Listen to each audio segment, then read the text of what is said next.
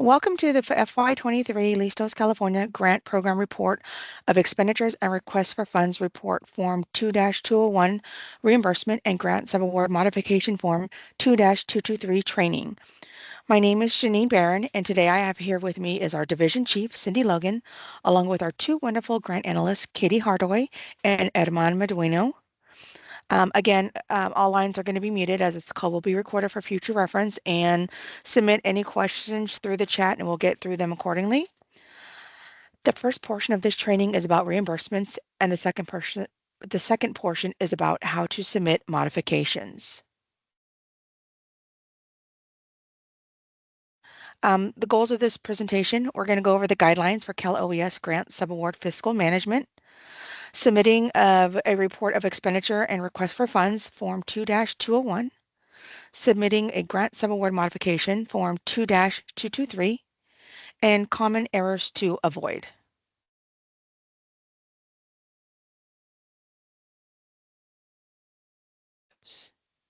Thank you, Janine. Sorry. So Okay, I'll, sorry, we're I'll going to take it go from ahead. here. Thank you. So, hey, everybody, I'm Edmond. I'm one of the grant analysts here with the Listos Grant Unit. And today I'm going to be talking about submitting your report of expenditures and request for funds, which will be referred to as a 2-201 throughout this presentation.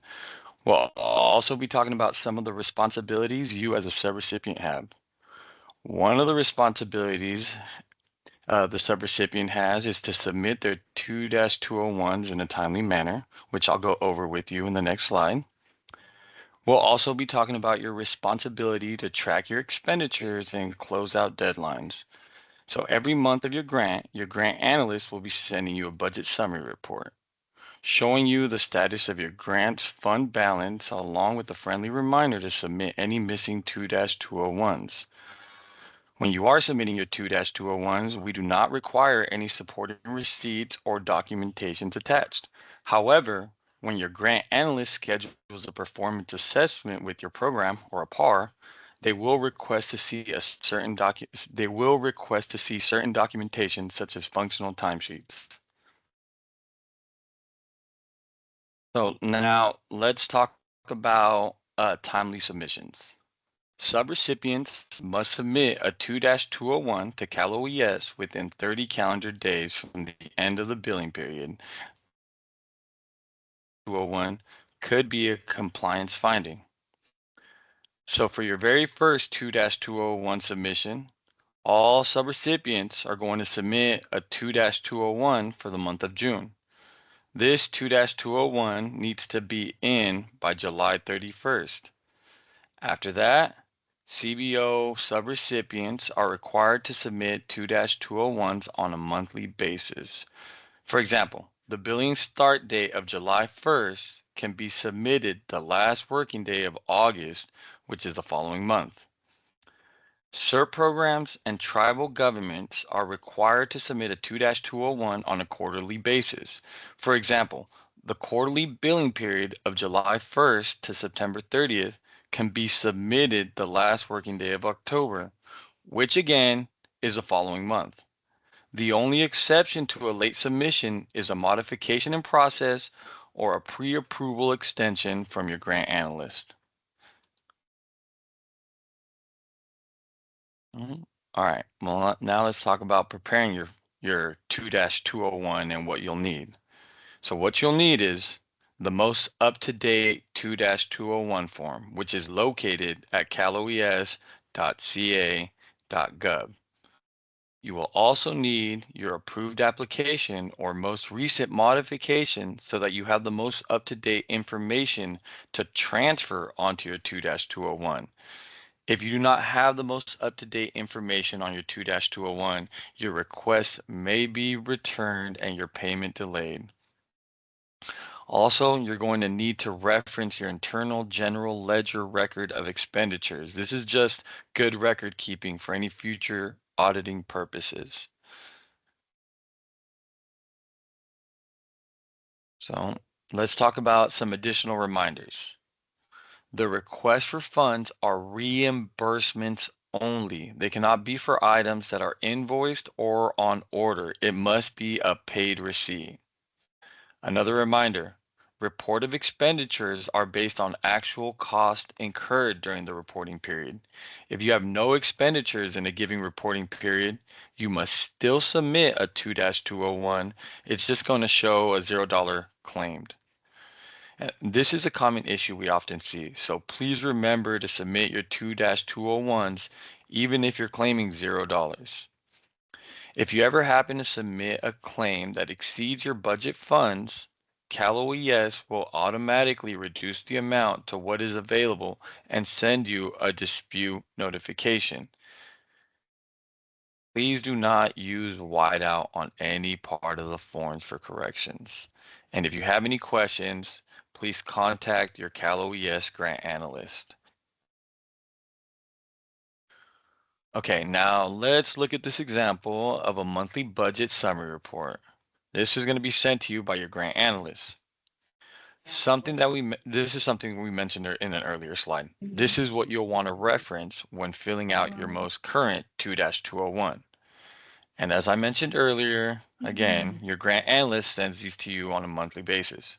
So you can refer to this one, or you can also request a current budget summary report at any time.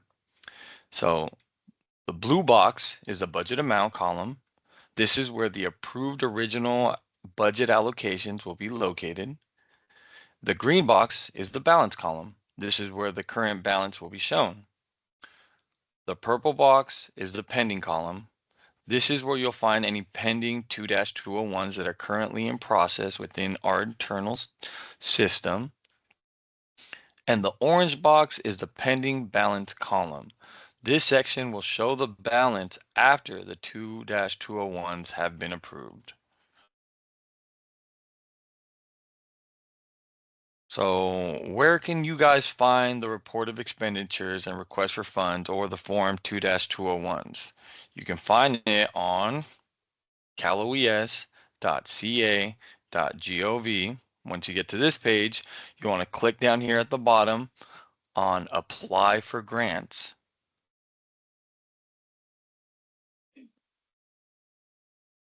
Once you click down there on the bottom, you'll want to go again here at the bottom, highlighted in red, on the click on Victim Services.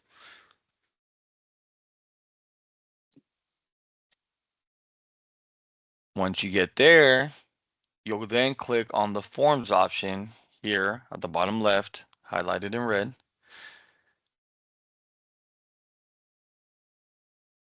Click on there, you'll get a list, and then you'll want to scroll down and click on the 2-201, the Report of Expenditures and Request for Funds. You'll click on that to open the form. So please always use the most recent and current version of Form 2-201, the one that's online on the Cal OES website. If we don't receive the most current form, it will get kicked back and delay you in receiving your funds. So once you click on that, here's the most current version of the form from the Cal OES website. So again, can't stress you enough, please make sure to always use the most current form. If the most current form is not submitted, it may be returned.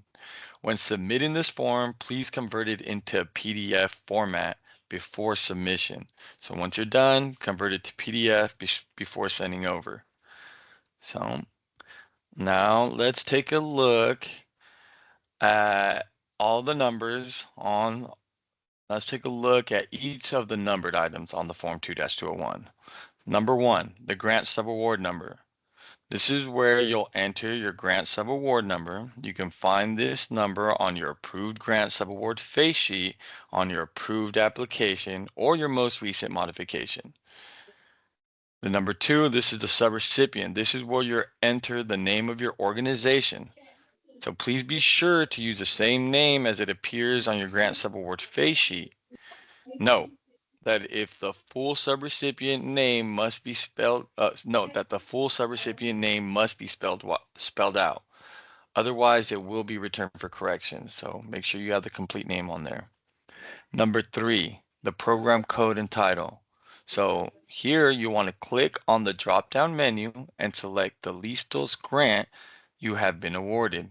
It'll either be LC for CERT support, LG for target programs, LI for tribal programs, LS for statewide programs, or LY for our youth development programs. Number 4, the payment mailing address. The payment mailing address on the 2-201 must match the payment mailing address on your approved application, including the zip code plus the 4-digit extension. Otherwise, it will be returned for corrections. So again, please note, if your payment mailing address has changed, you must submit a modification. Hold on, I'm gonna mute you. Okay, sorry about that. So please note, if your payment mailing address has changed, you must submit a modification to update it before 2-201 can be submitted for reimbursement. We'll talk about that a little later. So,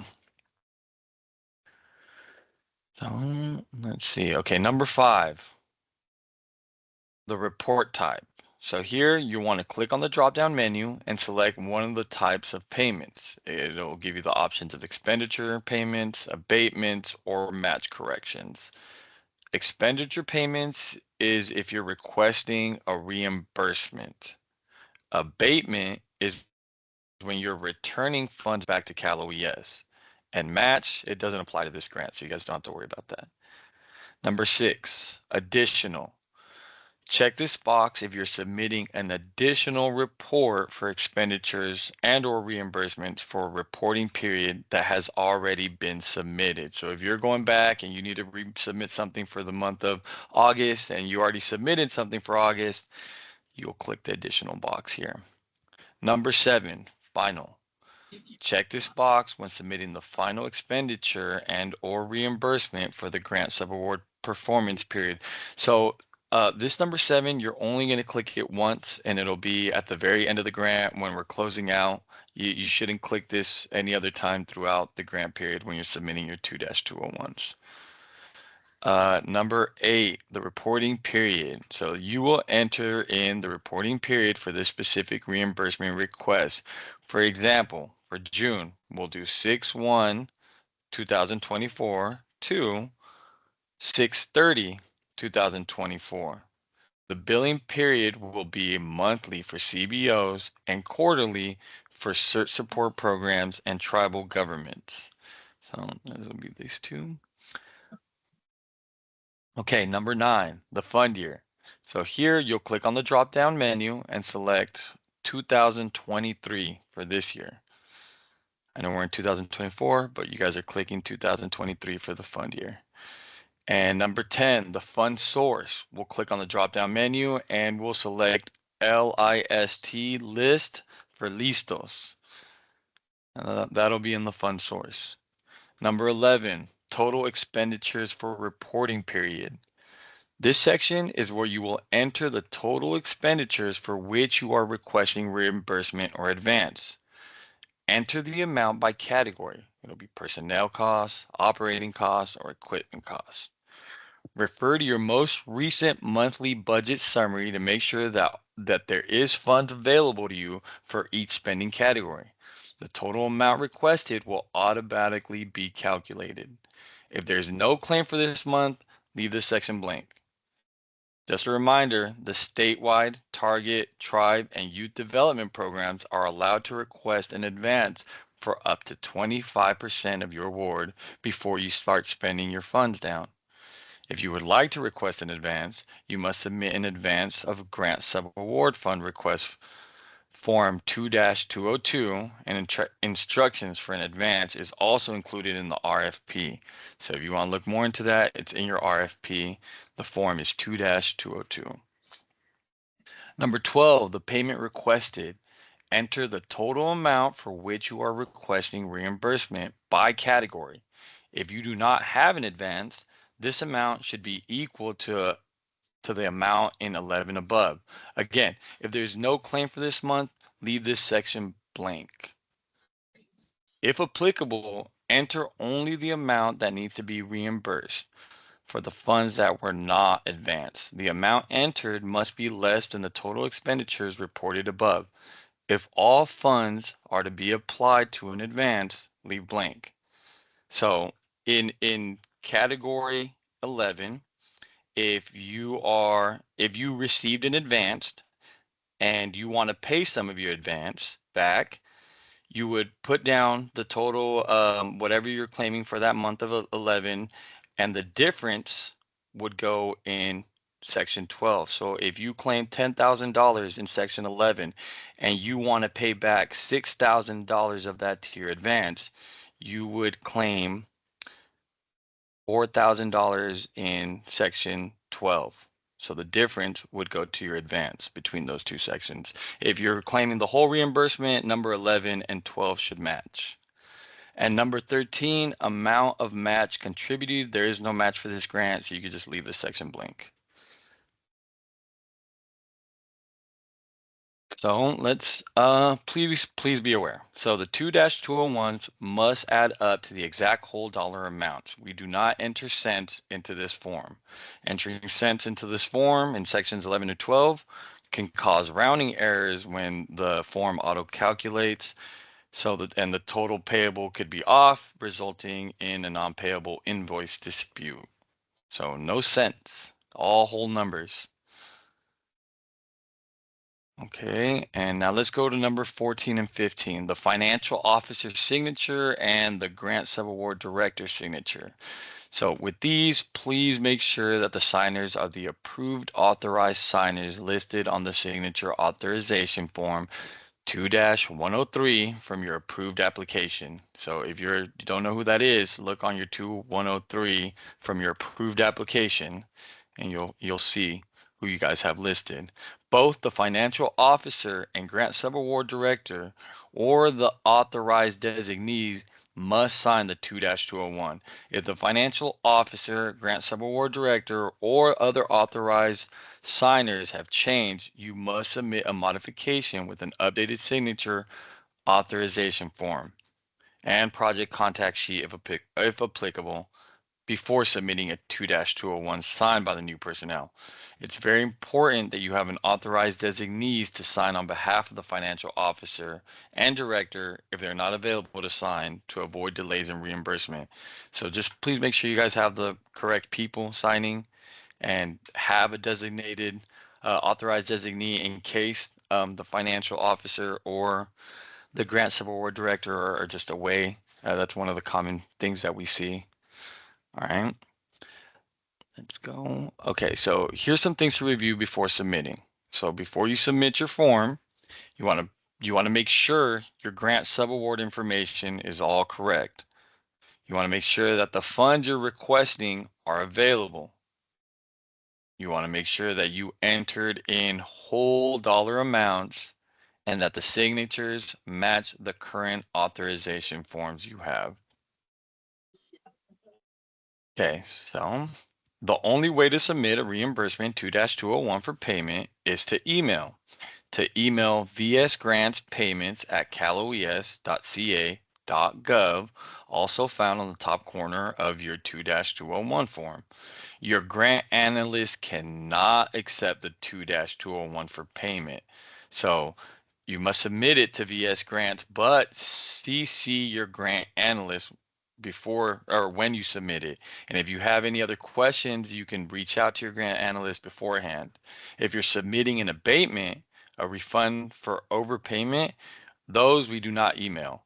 You must mail those completed with a 2-201 and the check that Cal OES sent you to the Cal OES accounting, which would also be, I think, on the top right of your 2-201. So a common question we get asked is, when can I expect to receive my payment? Cal OES has 30 calendar days from the receipt date to complete the payment approval process. Then the State Controller's Office has 15 calendar days to issue or send the payment. So in total, we have about 45 days to process your 2-201 request for funds, not including the SCO mailing time.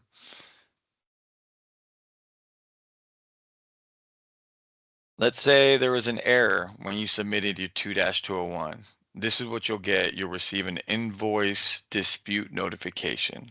The invoice dispute notification can either be a non-payable dispute or a payable dispute.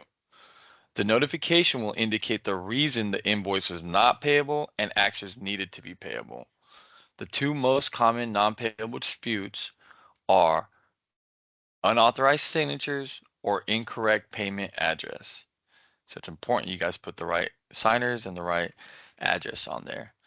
If a non-payable dispute shows a 2-201 was denied because of an unauthorized signature, you can either resubmit it with the authorized signer or contact your grant analyst to assist you in submitting a grant subaward modification, Cal OES 2-223, with an updated signature authorization form to add the new signer. If the 2-201 was denied because of an incorrect address, you can either resubmit with the correct payment mailing address or again, contact your grant analyst and assist you in submitting a grant subaward modification to update it. So this right here is an example of a payable dispute. This is where the amount fund requested was more than what was available. The adjustments were made and a payable dispute was created and sent to the subrecipient to let them know of the change. If a payable dispute shows the 2-201 was reduced because there was insufficient funds in the category to pay the full amount claimed, contact your grant analyst to assist you in submitting a grant subaward modification to move the needed funds into the appropriate category. Once the modification is approved, you can submit a claim for the additional expenses in that category. So here's a list of examples of non-payable errors on the 2-201 that Cal OES cannot correct.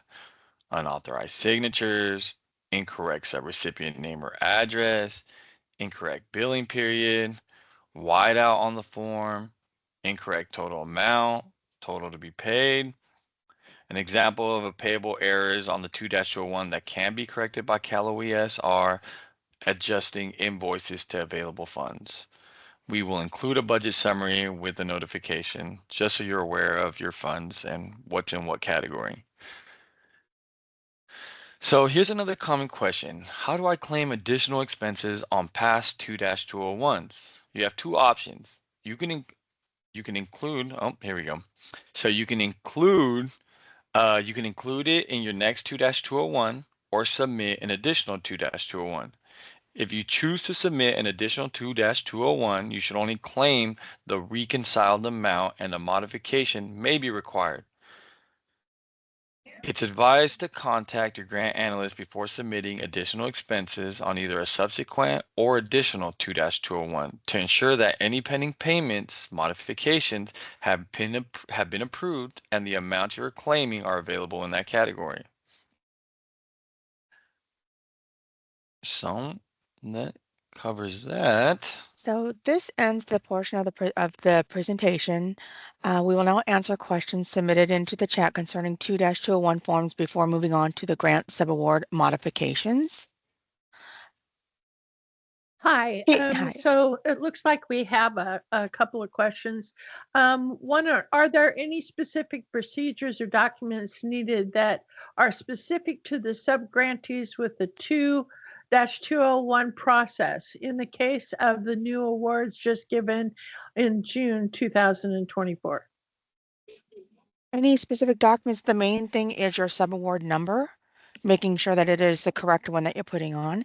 If you do have grants for multiple years, or then you want to make sure that you distinctly put in the specific year or the correct subaward number for that year, for that month that you're submitting your 201 for, and then making sure that your, again, payment mailing address is accurate and correct to what we have from the approved application. Next question is, what do services costs fall under? For an example, address identification services, any rounding rules on cents, or just drop them?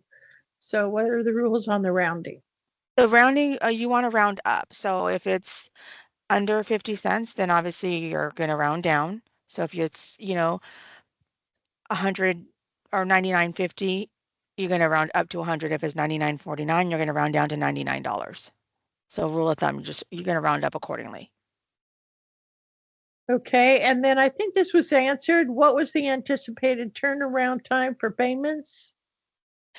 And are And they ACH payments? so the turnaround time is about 45 days. That doesn't include SCO mailing time. And all payments are made via, are reimbursed via a actual paper check mailed to you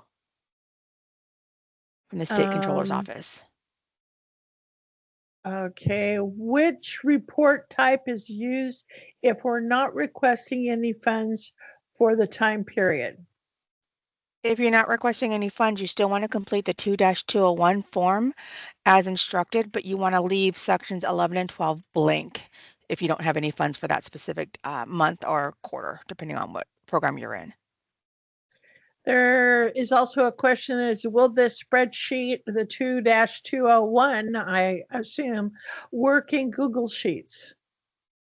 That I'm not sure of. I do know that you need to download it from the Cal OES website and download it to Excel. I don't know if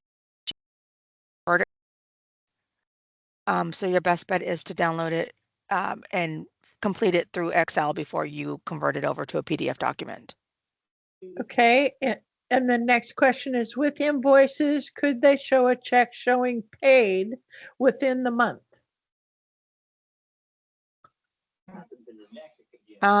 Quite sure on that one. I'm not quite sure on that one. So whoever sent that one in, if you can send an email to listosgrants@caloes.ca.gov and elaborate, we can answer that question for you. And the last question is they were wondering if a copy of this meeting is going to be available so that they can train others in their department. And we do have a recording going. Yes, we do have a recording going. It will be available at a later date. And a copy of this presentation was submitted to you on the invite this morning. Okay, and that's all the time we have for these questions right now. Anything else that's in the chat, we'll need to go ahead and answer either at the end of this meeting or through email. Hey, you guys. Hi, everyone. This is Cindy Logan here at Cal OES Grants Management. Katie and Herman and Janine, thank you very much. There's a few more questions I think we can answer really quickly that just came in. I'll go ahead and read them out. Can you please repeat when the first quarter 2-201 report is due for city subawardees? First quarter, well, for the 2-201, all subrecipients, whether you are on a monthly or quarterly basis when you're submitting them, will submit one for June for their first initial 2-201. So I know June was just last month and you probably don't have any expenditures, so you would just submit that blank, but all subrecipients, regardless if you're CERT or tribe or, any of the other programs, you need to make sure you submit one for June as your first one. And then for the CBOs, for statewide, target, tribes, when do they submit? Monthly? Those would be monthly, yes. So And then, CERT, support, and tribal will submit quarterly, and their quarter would start on after their first initial month in June. Their first quarter would be July 2024 through September 2024 for their quarterly. okay. And as a fire department, do we fall under the quarterly reporting? It depends on what grant you have. So if you are a statewide grant or statewide target tribes, it is monthly.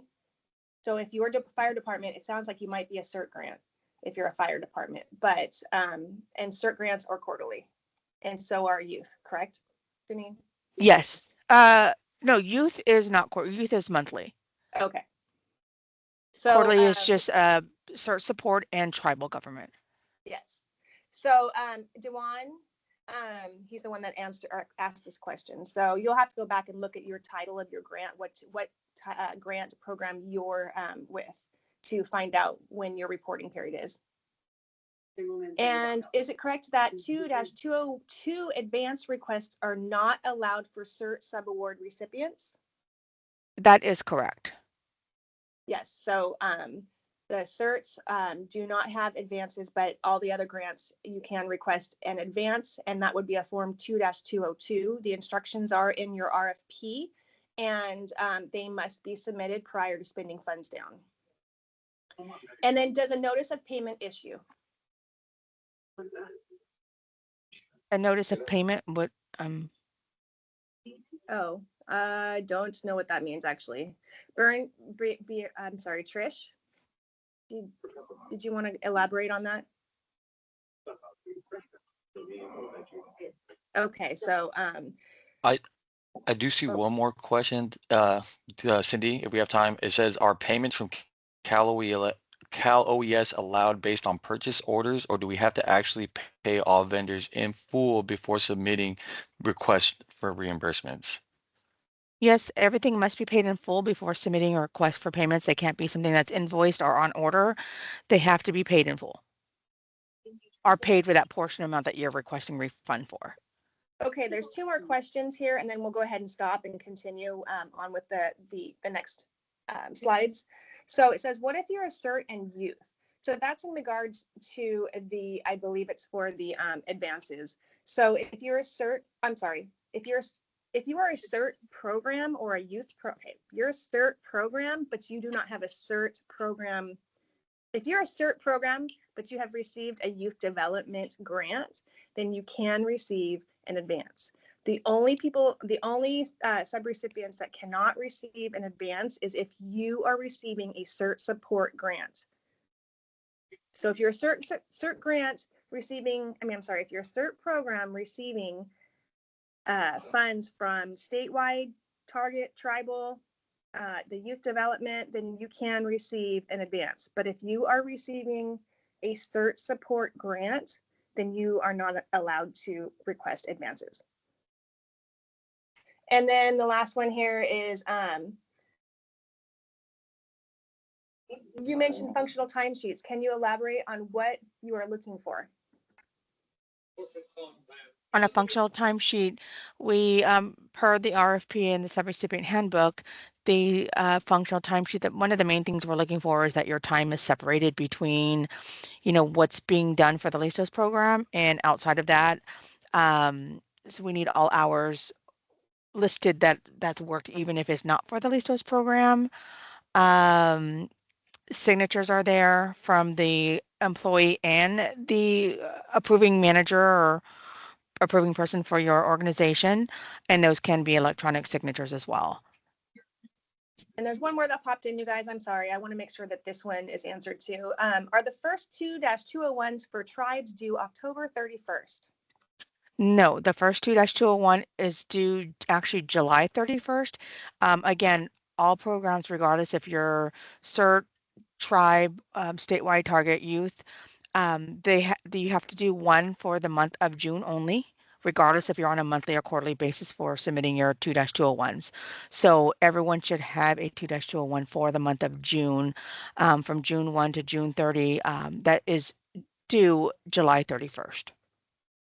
And just to make sure that everybody knows, the subrecipients here online, make sure you look at your grant program name. So you could be a tribe possibly receiving a grant maybe from a CERT program, or you could be, or a CERT grant, or you could be a CERT program maybe receiving funds from the youth development. So it's really important for you to look at what program you received awards for, and then look to see, it does explain all this in your RFP under the performance reports.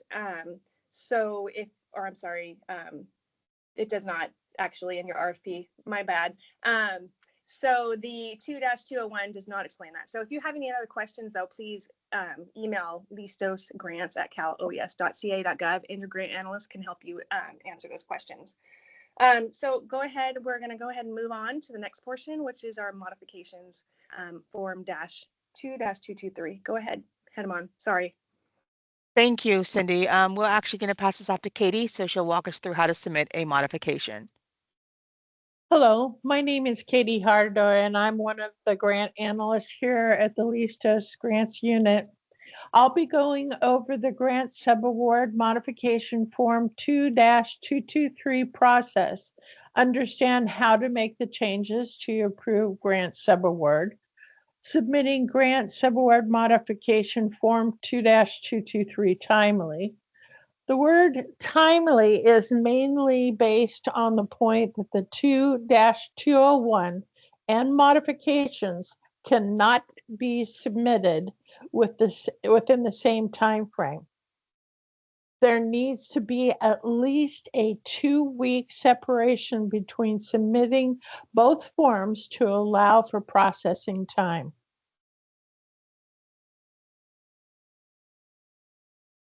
Grant subaward modification, what is it?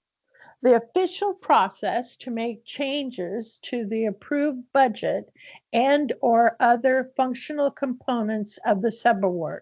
This includes any signed documents, contact information changes, or address changes.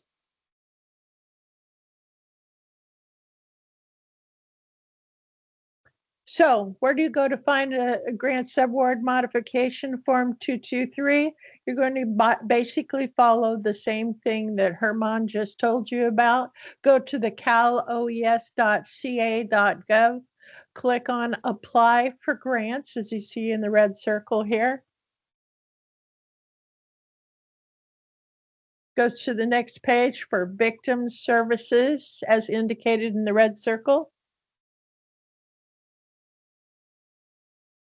And then notice forms in the red circle below and click on that. Just below the 2-201, you're going to find the grant subaward modification form 2-223.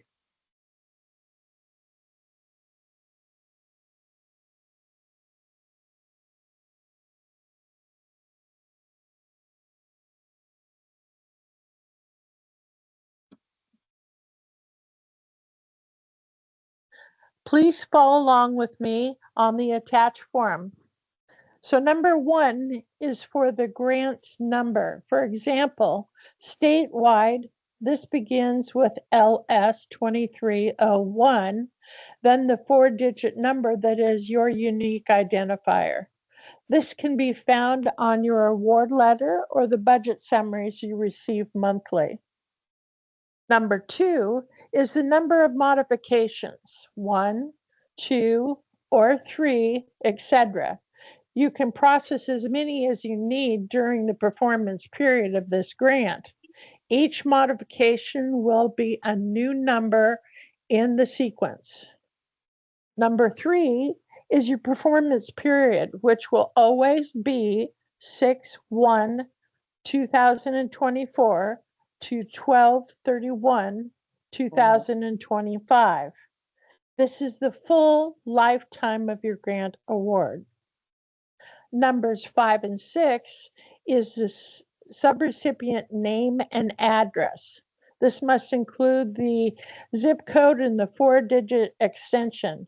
It is important that the name and address match what is on the face sheet of your original application.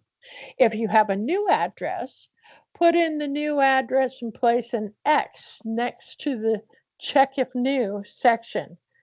If you do have a new address, you will also need to submit a new payee STD 204 form.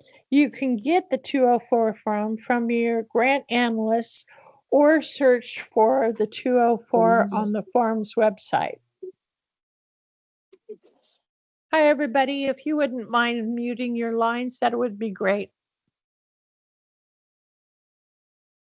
Okay, so the fiscal year will always be 2022. Excuse me, 23. As you see in the form and the elongated red circle, it says underneath number 6, fiscal year. And your fund source is always LIST for Listos.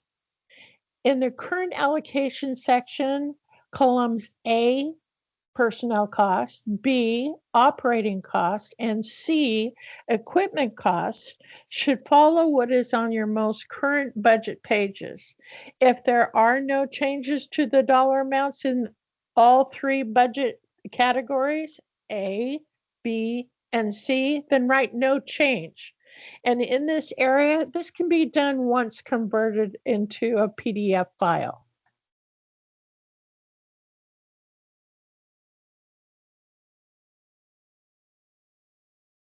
For the proposed changes, list a negative dollar amount to the affected category you wish to change and a positive dollar amount to the category you want funds to transfer to. Again, if there are no changes in the dollar amounts in all three budget categories, A, B, and C, in the proposed changes area, then write no change in this area. Again, once you converted this to a PDF file. This is a close-up of an example of a proposed changed area. On the right is an example of the budget pages or personnel costs. Once this example still remains the same in the total, but the amount is adjusted from one category to the other. In this example, 8,000 is being moved from operating cost to personnel cost. The narrative would need to change as well to include the executive director and how grant subaward funds funded staff duties and time commitments support the proposed objectives and activities as per the RFP. This should be a fresh copy of a 2-106B budget form and include the submission with the submission of your modification.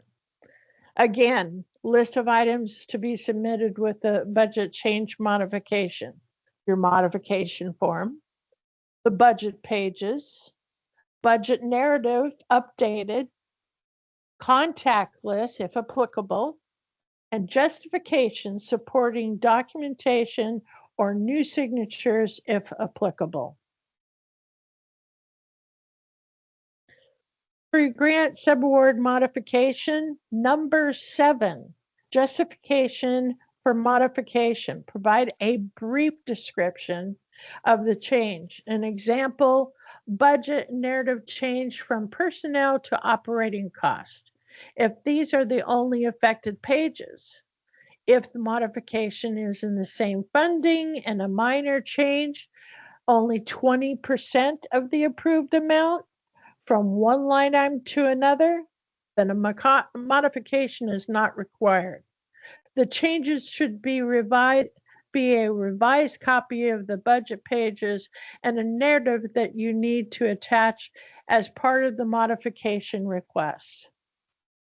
Both signatures, either wet or electronic, have to be from the grant director and the financial officer as listed in your contact list number 1 and 2.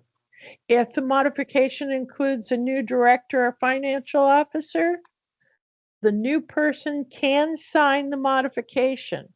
The only exception is the alternative designees listed in the signature authorization form on file.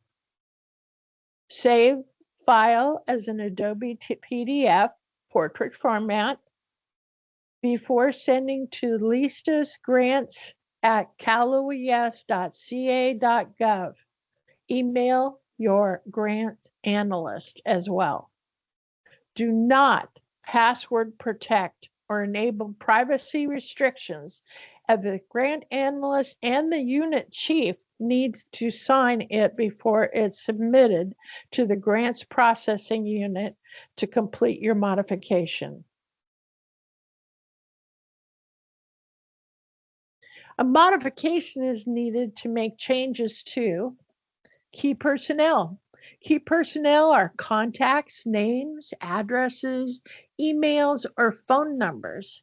If a main signer is changed, main signer meaning that your director or financial officer, then a check to be sure it does not affect signatures on other documents, i.e., signature authorizations or your grants assessment form. Authorized signers. This is a signature authorization list and should have backup signers in case of vacation, emergencies, or illness that may cause delays in processing reimbursements or modifications. Budget changes. A modification is required for all budget changes except for those less than 20% of approved amount from one line item to another in the same funding, then a modification would not be necessary until um, uh, uh, more towards the end of the grant period. But it would also need to be something that is within the same fund source. Program goals and objectives is for making changes to the budget pages and or narrative depending on the needs, but keeping with the Listos objective in the RFP. Operation or equipment changes mainly relates to transferring of amounts from one fund category to another. Physical or mailing address is an example of moving to a new office or location.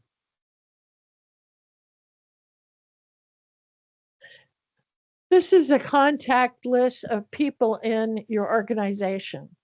This form shows us who we can discuss your grant with and who can sign grant documents. This form always needs to be kept up to date. Changes to this form can affect other documents in the grant where a signature is required. If you are making changes to this form, it is best to review all grant award documents to make sure the correct signatures are on them. If a grant document does not have the correct signature after changing your contact list, you will need to include a new form with updated signature in your modification. For example, if you change your number 6 official designee, you will also need to update any forms that require an official designee signature and include it in your modification. Key ones to watch for, all of them. They can be a signature authorized person or a main contact. Generally, best to watch for people listed in your contact list under number 1, 2, 5, 6, and 7, as they tend to be signers on other documents. Also have we also have email blasts that go out, so changes in the emails can affect timely communication.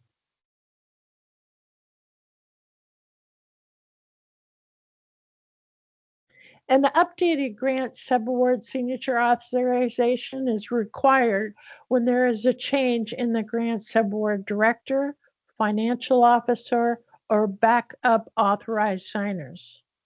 The grant subaward director and financial officer are always your signers on the 2-201 and the 2-223.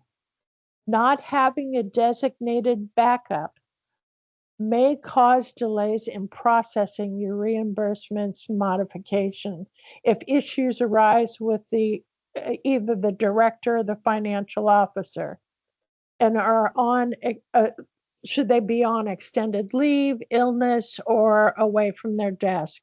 You could be delayed in getting changes made by up to 2 weeks. It's always best to have a backup in place. Authorized signers cannot cross the line on signers, which means a director cannot sign for a financial officer or vice versa. You can't have your backup signer assigned for both the financial officer and the director either. These have to be different. If you're making changes to the budget pages, it's important that you're using the new form. You cannot reuse the previous budget forms and strike through to show what has changed. It's also important to note that the calculations and descriptions are accurate. This is an example of what we mean by good calculation description. Executive director makes $80,000 a year salary times 10% is $8,000. Check with your grant analyst if you have any questions on how to write a calculation. Some of you may or may not have received a special condition on your award. That a special condition is a mandatory adjustment that needs to be made before you can start spending down on your award. It is very important that you get your special condition cleared by Cal OES by the date specified on your condition. Notice here it's for 60 days. It is important to adhere to any special condition that you may have on your approved application before submitting a Form 2-201. There may be a delay or invoice dispute if the special condition is not resolved in a timely manner. Very important, guys. You really want to note this. The time frame of submitting a modification and getting it approved is approximately 2 weeks. When a modification is in process, it is important that you do not submit a Form 2-201 until you receive the approved modification. When a modification is approved, our grants processing unit will email the main point of contact from the contact form. If you do not receive an email with the attached modification, reach out to your grants analyst to give you an update. Generally, I will send a notification letting people know that they can turn any outstanding 201s in. Final reminders. Contact your grants analyst to discuss your changes you need to your grant subaward. Use the most current forms from Cal OES website. Be sure to email your documents in PDF format. Do not password protect your documents. Email your documents to listosgrants@caloes.ca.gov and CC your grant analysts. The reason we keep repeating ourselves on using the most current documents is due to the changes in the form. Following the simple rule will help avoid issues and get your information turned in and submitted timely. Any questions at this point? So this concludes the modification portion of the presentation. We'll now answer questions submitted in the chat concerning the 2-223. Okay, so one of the first questions we had was, can you please repeat the performance period dates for Form 2-223? So the performance period is the life cycle of your grant period, which is June 1, 2024 through December 31st, 2025. That will always be the performance period for it's the grant life cycle. And I know this one said answered, but can you repeat part of the 20% or less change? Is that between big categories, i.e. personnel, operating equipment, or within the line items in each category? So the 20% modification, if you have a modification for a specific line item that is less than 20% of that already approved line item, you do not need a modification. if it's more than 20% of that specific line item. So we're not talking about for that complete budget for, let's say it's operation costs. It's not the total amount of the operation cost, is for that specific line item that's being adjusted. Okay, and the Can next I question. add Go. to that? It also has to be within the same funding categories. So if the change is in personnel and it's staying in personnel, then that is acceptable. If it's moving from personnel to operating, then you have to have a modification. And another question was, do analysts accept the pre-formed signatures in Adobe software such as grid font, or do you recommend print out, sign, or scan? Um, I guess I'm not sure of the question as pre-signed documents.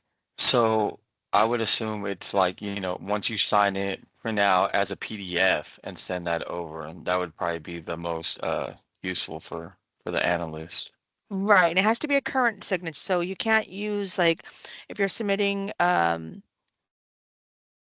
let's say it's your second modification, we can't use signatures from the first modification on the second one. Okay, someone else asked, what are examples of special conditions? And if I may, Janine, special conditions, you'll know if you have a special condition because it was attached to your approved application. And if you don't know if you have a special condition, it'll be in your approved application. It'll be right after your face sheet. And if And you you have can any also questions, go ahead. Sorry. sorry, Go you can ahead, also Janine. see an example of that on the attached training that was sent to you on slide 41. It says special conditions, and there's an example of that. Okay, and then another question is, would fringe benefit rates change be considered under personnel section? As far as the percentage, I mean, I guess we need more in depth on that question. I mean, your fringe benefits, I guess they can be changed accordingly. Um, but that's a question that's going to be taken on a one-off basis. Can you please explain what you want to see as no changes in the financial section of the two? And it'll be the 2-223, not 2-203. But what would be no changes? If you only have, let's say you have signature changes only, nothing to do with money, you're not needed in changing any line items, nothing, no changes for your personnel or operating or equipment costs, then you would just put no change in those sections on the modification form. And then the justification, you will put that it's like signature change only or whatnot. Okay, and Adobe signatures use fonts, not a real handwritten signatures. Do you need a real handwritten signature? No, the Adobe signature fonts is fine. And we need to update our address. Should we wait until the modification, the modification according to the final expenses, or is it okay that the final expenses will not? Oh, hold on. Sorry, that moved on me. We need to update our address. Should we wait until the modification is approved before we submit for June's reimbursement due 7/31? Yes, you want to make sure if you do need to change your this would be your mailing address, your payment mailing address. That has to be updated if to get the payment correctly. So yes, the modification would have to be complete. Another question is, if we move less than 20% within the same category, should we send a final modification according to the final expenses, or is that okay that the final expenses will not be completely exact as the last budget? If it's less than 20% within the same category from that specific line item, then you would not need a modification at all.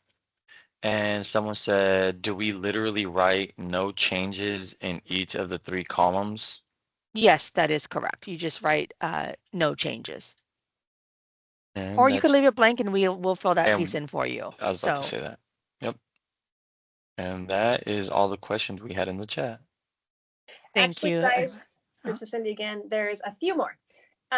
There's one that was from Dor Laright. Can we request an exception to get paid for a purchase order if we do not have the funds otherwise? Um, Is that referring to The 201, I'm 201 getting a assuming, yeah. reimbursement without having that paid down or paid? Yes. Yes. No, it has to be a paid item. It can't be something invoiced or on order. And there are no exceptions to that. And it looks like the last question here is, what if we didn't receive our contract before 7/31? Your So con if you don't mind, I'll answer that one. So if you Yes. haven't received, if anyone has not received their contracts or their approval letter from Cal OES awarding the funds, please contact Listos grants at caloes.ca.gov and we can go ahead and provide that to you. Everyone should have received their award letters. But if you have not, then yes, for sure, please email us. And the performance period does start July 1st. So if you haven't received your contract for whatever reason, if you've made purchases from July 1 to in the period of July 1 to 2024 to December 31st, 2025, any of that can be reimbursable. So yeah, just make sure you email us if you haven't received that. And that's it. Oh wait, is it July 1 before or I'm sorry, June 1st? Yes. So it's actually the performance period is June 1st, 2023 to December 31st, 2024. But everyone should have received their letters. Sorry, Actually, Cindy, I don't mean to correct you. It's June 1st, 2024 to December 31st, 2025. Oh my gosh. Yeah. Sorry, everybody. And I know we ran a little bit early over, and I apologize about that. Definitely want to be respectful of everyone's time, but I do feel that this was a much needed call and appreciate everyone staying on a few minutes extra. Um, so if you have any additional questions or concerns or whatnot, please feel free to email us at listosgrants@caloes.ca.gov, and we'll be able to respond to you. Otherwise, this concludes this meeting, and we all appreciate your time and joining this call. Janine, can I add a little something? One of the questions that was up above is how are they going to know who their program analyst is? And just to let you all know, we will be sending out letters to each one of you to introduce ourselves so that you're aware of who we are and how to get a hold of us. And if you Yeah. can change over the next slide so that they can just see the contacts. Sorry, thank you, G. Yep. Here's all the contact information for each of us, but the main one that we all have access to and monitor is the Listos grants at caloes.ca.gov.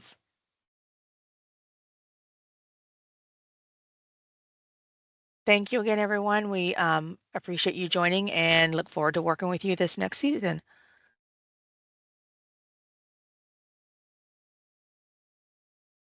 Enjoy the rest of your days, guys. See you guys later. Thank you.